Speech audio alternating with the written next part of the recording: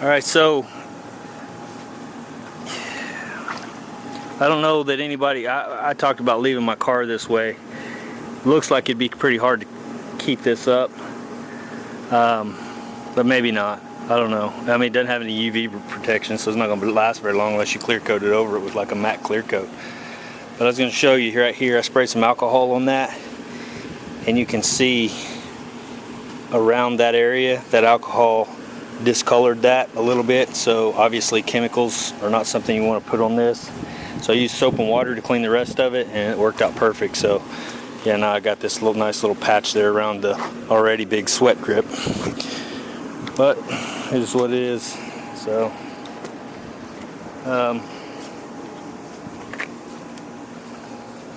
always say that because there's nothing I can do about it after it happens.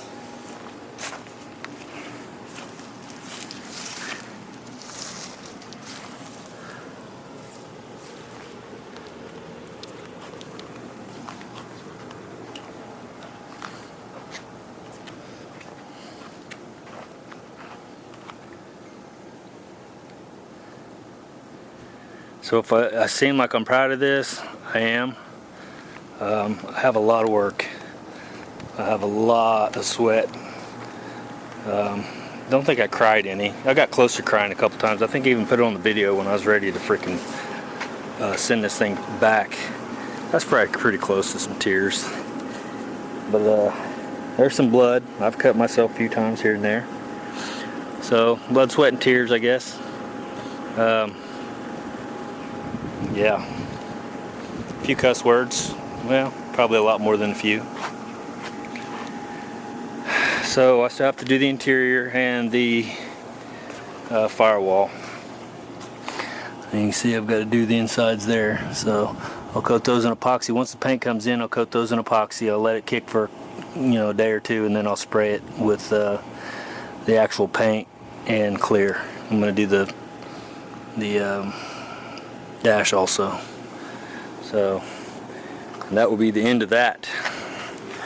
And we'll move on to probably that or my Camaro. I haven't decided which. So the Camaro is going to be a lot more expensive to restore than that will. That one's got a good running motor, transmission, everything works, runs and drives. I've got a running motor for the Camaro, but it's had a rough life. I have not been easy on that Camaro whatsoever. Drove it real hard. Normally sideways down the road is how it rolled. But that's my big block. 396, 402, whatever. Edelbrock air gap, RPM intake. Kind of old school Mickey Thompson valve covers. They need to be redone. This thing's been sitting for a long time. And it pushes out a little over 400 horse. I mean, it ain't fantastic. It's not, it's enough to burn the freaking tires off of it. And that's pretty much what I did. I'd probably run a mid 13 quarter mile. But that with 4-speed, I got a M21 Muncie 4-speed. That I had in it with it, but don't know that I'll go back with that. I might not. It just depends. The dependability and the gas mileage on that was horrible, and so I really considered having, since I have a special needs daughter, I had a Harley and I sold it, and because my kids moved out, moved out, and so I don't have anyone to watch the little girl too often for my wife and I to get out and actually just go ride. So I thought, you know what, I'm going to build my Camaro, put a 6-speed transmission in it, do maybe the conversion on the LS conversion type deal.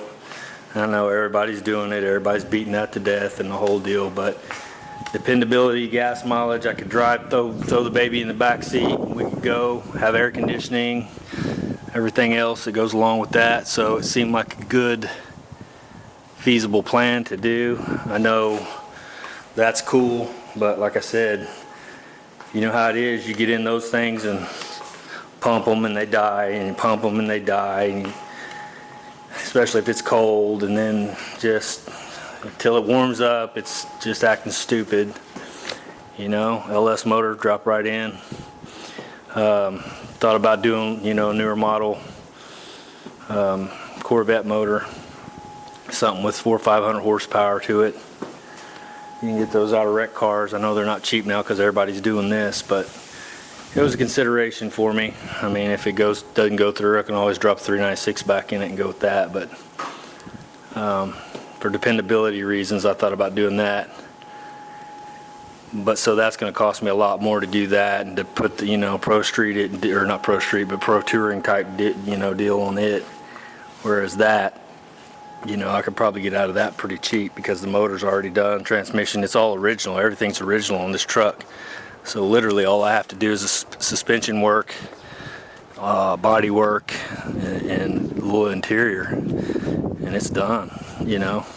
And the interior is not going to be, I've already got these seats for it. I may recover them. It depends on what color I go with or whatever. But the interior just gets paint. So, you know, I'll be doing that when I do the body work on it.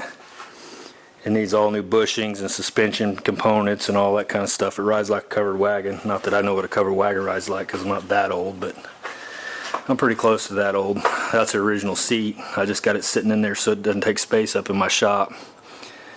But it had the big, oh, they're not sports seats. These are the utility seats. They take up a lot of room. They're fairly comfortable, but I like the sports seats better, and you can put a console in here so, you know, you can hold your pop or whatever it is, you know, you're doing.